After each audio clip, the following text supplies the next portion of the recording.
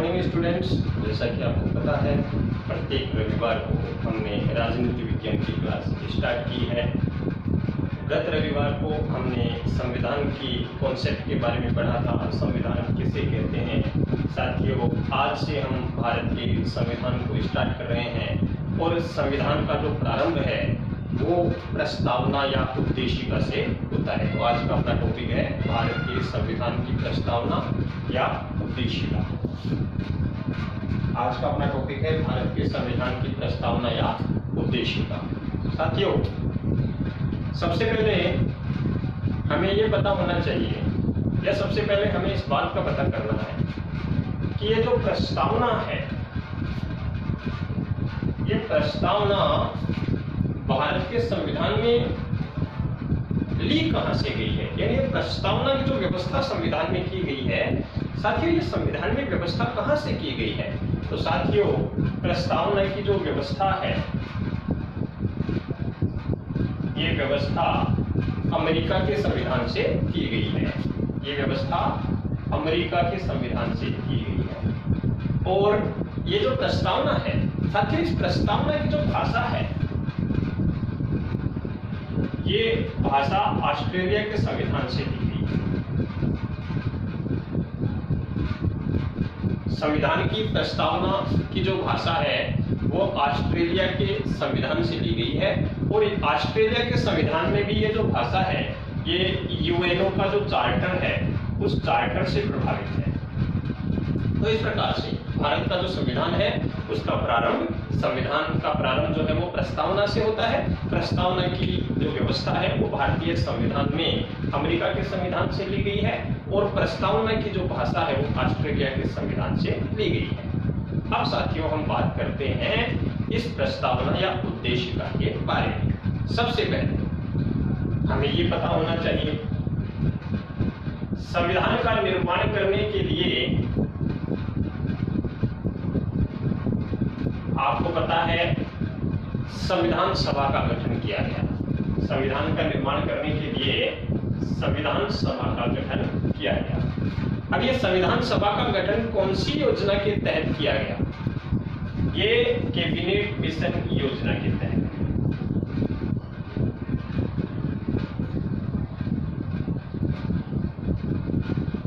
संविधान सभा का गठन हुआ कैबिनेट मिशन योजना के तहत। और कब हुआ? 1946।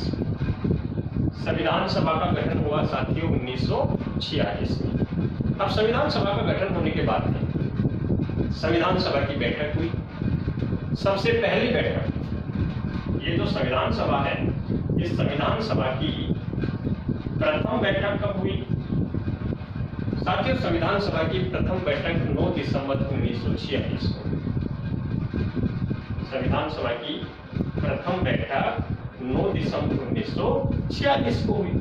अब अगर कोई सभा की बैठक की जा रही है तो उसके लिए अध्यक्षता करना भी अनिवार्य होता है, उसके लिए एक अध्यक्ष की आवश्यकता होती है। तो संविधान सभा जो है उस संविधान सभा की अध्यक्षता यानी अस्थायी अध्यक्षता किसने की? इस संविधान सभा के अस्थायी अध्यक्ष कौन थे? तो इस संविधान सभा के अस्थायी अध्यक्ष सच्चिदानंद सिन्हा थे।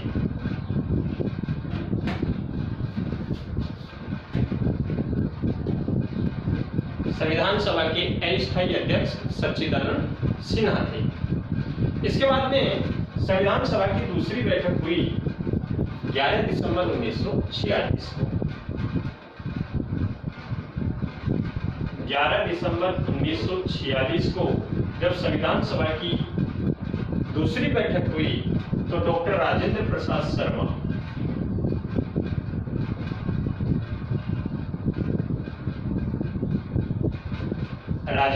शर्मा को संविधान सभा का स्थायी अध्यक्ष चुना गया।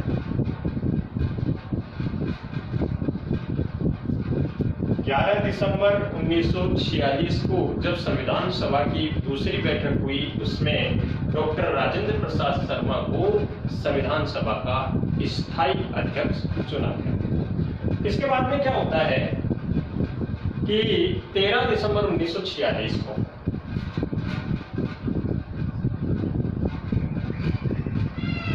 13 दिसंबर 1946 को पंडित जवाहरलाल नेहरू के द्वारा उद्देश्य प्रस्ताव प्रस्तुत किया गया।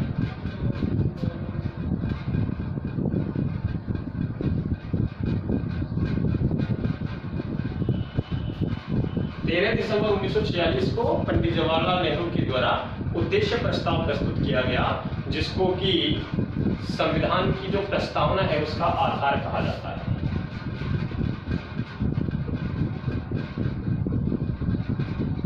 तो हमारे देश की जो प्रस्तावना है संविधान की, उसका आधार क्या है साथियों? उसका आधार है पंडित जवाहरलाल नेहरू के द्वारा 13 दिसंबर 1946 को जो उद्देश्य प्रस्ताव प्रस्तुत किया गया, वो इसका आधार है। 13 दिसंबर 1946 को नेहरू जी ने जो उद्देश्य प्रस्ताव प्रस्तुत किया, 22 जनवरी 1947 को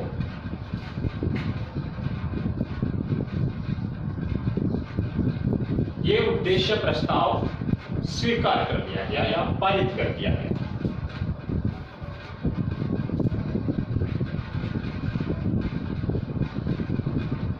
उद्देश्य प्रस्ताव पारित कर दिया गया। अब बात करते हैं हमारे देश की जो प्रस्तावना है, उस प्रस्तावना के बारे में अलग अलग लोगों के द्वारा अलग अलग बातें कही गई, उसे अलग अलग नाम दिए गए। हम उन्हीं के बारे में परिचर्चा करते हैं साथियों। भारत की जो संविधान की प्रस्तावना है, उसको भारतीय संविधान का प्रतिबिंब या नील पत्र कहा जाता है। अब प्रस्तावना को क्या कहा जाता है? भारतीय संविधान का प्रतिबिंब या नील पत्र। प्रतिबिंब का मतलब आप समझते होंगे, परछाई, और नील पत्र का मतलब ब्लूप्रिंट होता है। यानी प्रस्तावना में ही संविधान के जो उद्देश्य हैं वो पूरे बता दिए गए हैं। अब हमारे मन में एक सवाल आ सकता है कि भारत की संविधान की जो प्रस्तावना है उसको नील पत्र या भारतीय संविधान का प्रतिबिंब क्यों कहा जाता है? तो साथियों, इसका कारण सीधा सा है कि संविधान के जो उद्देश्य हैं, संविधान निर्माण करने के जो उद्देश्य हैं, उन उद्देश्यों का निर्धारण भारतीय संविधान की प्रस्तावना में ही हो जाता है। इस कारण से भारत के संविधान की प्रस्तावना को भारतीय संविधान का प्रतिबिंब या नील पत्र कहा जाता है। फिर बात करते हैं कि जैसे कि आपने सुना होगा,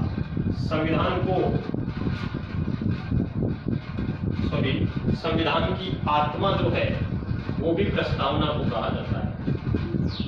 भारतीय संविधान की आत्मा प्रस्तावना को कहते हैं। अब ये दुर्गा प्रसाद ठाकुर ने सबसे पहले कहा था और नेहरू जी दूसरे व्यक्ति थे जो इन्होंने कहा। हमारे देश के एक मुख्य न्यायाधीश हुए हैं मोहम्मद हिदायतुल्लाह खान।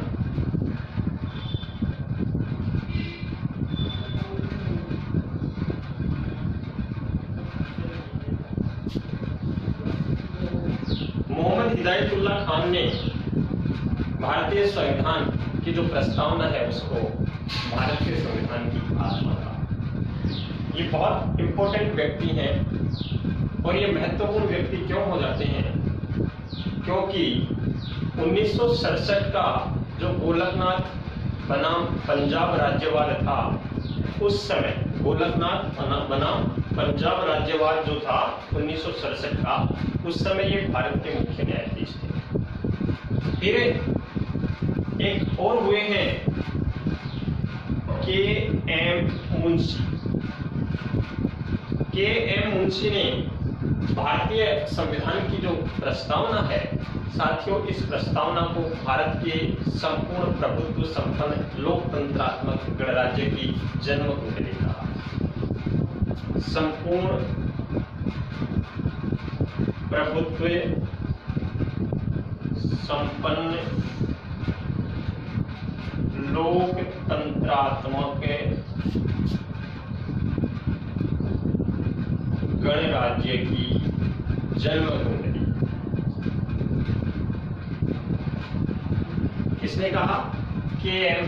मुंशी ने। इसके बाद में साथियों भीमराव अंबेडकर जो है हमारे देश के पहले कानून मंत्री, इन्होंने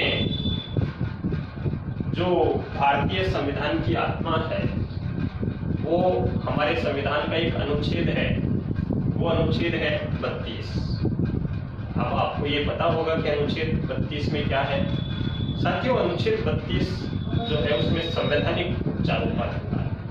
हमारे देश के संविधान का जो अनुच्छेद 32 है उसमें संवैधानिक उपचारों का उल्लेख है। तो भीमराव अंबेडकर ने इस अनुच्छेद 32 को भारत के संविधान की आत्मा कहा। उनके अलावा ग्रेनविल ऑस्टिन, इन्होंने हमारे देश के संविधान में जो नीति निर्देशक तत्व हैं, इन नीति निर्देशक तत्वों को भारत के संविधान की आत्मा कहा। साथियों प्रस्तावना में जो संशोधन है वो आज तक केवल एक बार हुआ है। और वो संशोधन कब हुआ है? साथियों वो संशोधन 1976 में, जो 42वां संशोधन हुआ है वो 1976 में हुआ है। इस संशोधन के माध्यम से भारत के संविधान की प्रस्तावना में समाजवादी, अंतर्निरपेक्ष और अखंडता शब्द जो हैं वो जोड़े गए हैं। इस प्रकार से हमारे देश के संविधान की प्रस्तावना है। साथियों इसके बाद में हम लोग परिचर्चा करेंगे हमारे संविधान में जो मूल अधिकार हैं उनके बारे में। हम इसके बारे में एक बार पुनः परिचर्चा करें, इससे पहले आप इसका एक स्क्रीनशॉट ले लीजिए।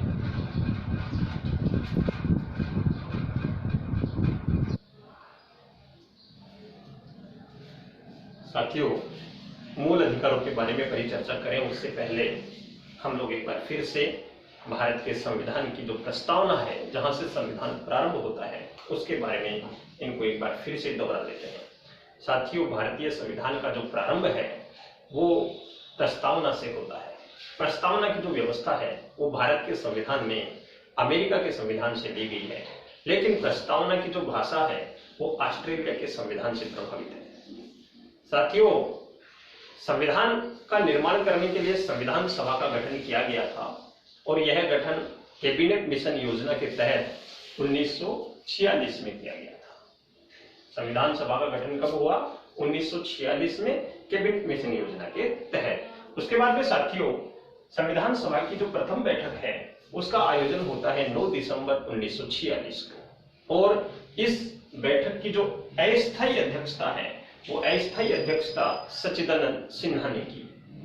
साथियों इसके बाद में 9 दिसंबर 1946 को जब संविधान सभा की दूसरी बैठक होती है उसमें 11 दिसंबर 1946 को जब संविधान सभा की दूसरी बैठक होती है उसमें डॉक्टर राजेंद्र प्रसाद शर्मा को संविधान सभा का स्थायी अध्यक्ष चुन लिया जाता है। इसके बाद में साथियों 13 दिसंबर 1946 को पंडित जवाहरलाल नेहरू के द्वारा एक उद्देश्य प्रस्ताव प्रस्तुत किया जाता है और उसी उद्देश्य प्रस्ताव को भारत के संविधान का आधार माना जाता है। नेहरू जी द्वारा प्रस्तुत जो उद्देश्य प्रस्ताव है, इस उद्देश्य प्रस्ताव को 22 जनवरी 1947 को पारित कर दिया जाता है। साथियों भारत का जो संविधान है उस संविधान की प्रस्तावना में संविधान के उद्देश्यों का निर्धारण होता है, और संविधान के उद्देश्यों का निर्धारण चूंकि प्रस्तावना में हो जाता है, इस कारण से भारतीय संविधान की प्रस्तावना को भारतीय संविधान का प्रतिबिंब या नील पत्र कहा जाता है। साथियों भारतीय संविधान की प्रस्तावना को संविधान की आत्मा शब्द का सबसे पहले प्रयोग जो है वो डॉक्टर दुर्गा प्रसाद ठाकुर ने किया। नेहरू जी दूसरी बार उसका प्रयोग करने वाले व्यक्ति थे, लेकिन भारत के संविधान की प्रस्तावना को संविधान की आत्मा कहा मोहम्मद हिदायतुल्लाह खान ने। अब सवाल यह होता है कि मोहम्मद हिदायतुल्लाह खान कौन है? साथियों 1967 में गोलकनाथ बनाम पंजाब राज्यवाद एक विवाद हुआ था और उसमें या उस समय भारत के मुख्य न्यायाधीश थे मोहम्मद हिदायतुल्लाह खान। साथियों भारत के संविधान की जो प्रस्तावना है उसे भारत के संपूर्ण प्रभुत्व संपन्न लोकतंत्रात्मक गणराज्य की जो जन्म कुंडली है वो के.एम. मुंशी ने कहा। हमारे संविधान में अनुच्छेद 32 है और आपको ये स्मरण रखना है कि अनुच्छेद 32 का संबंध संवैधानिक उपचारों के अधिकार से। अनुच्छेद 32 को भारत के संविधान की आत्मा भीमराव अंबेडकर ने कहा। साथियों, ग्रेनविल ऑस्टिन जो हैं, उन्होंने हमारे देश के संविधान में जो नीति निर्देशक तत्व हैं उनको भारतीय संविधान की आत्मा कहा। साथियों, हमारे देश के संविधान की जो प्रस्तावना है, इस प्रस्तावना में आज तक एक बार संशोधन हुआ है और यह संशोधन 42वां संवैधानिक संशोधन 1976 में हुआ, जिसके तहत भारत के संविधान की प्रस्तावना में समाजवादी, अंतर्निरपेक्ष और अखंडता शब्द को जोड़ा गया। इसी के साथ हमारे देश के संविधान की प्रस्तावना का चैप्टर पूर्ण होता है। इसके बाद हम स्टार्ट करेंगे मूल अधिकारों का चैप्टर। तब तक धन्यवाद।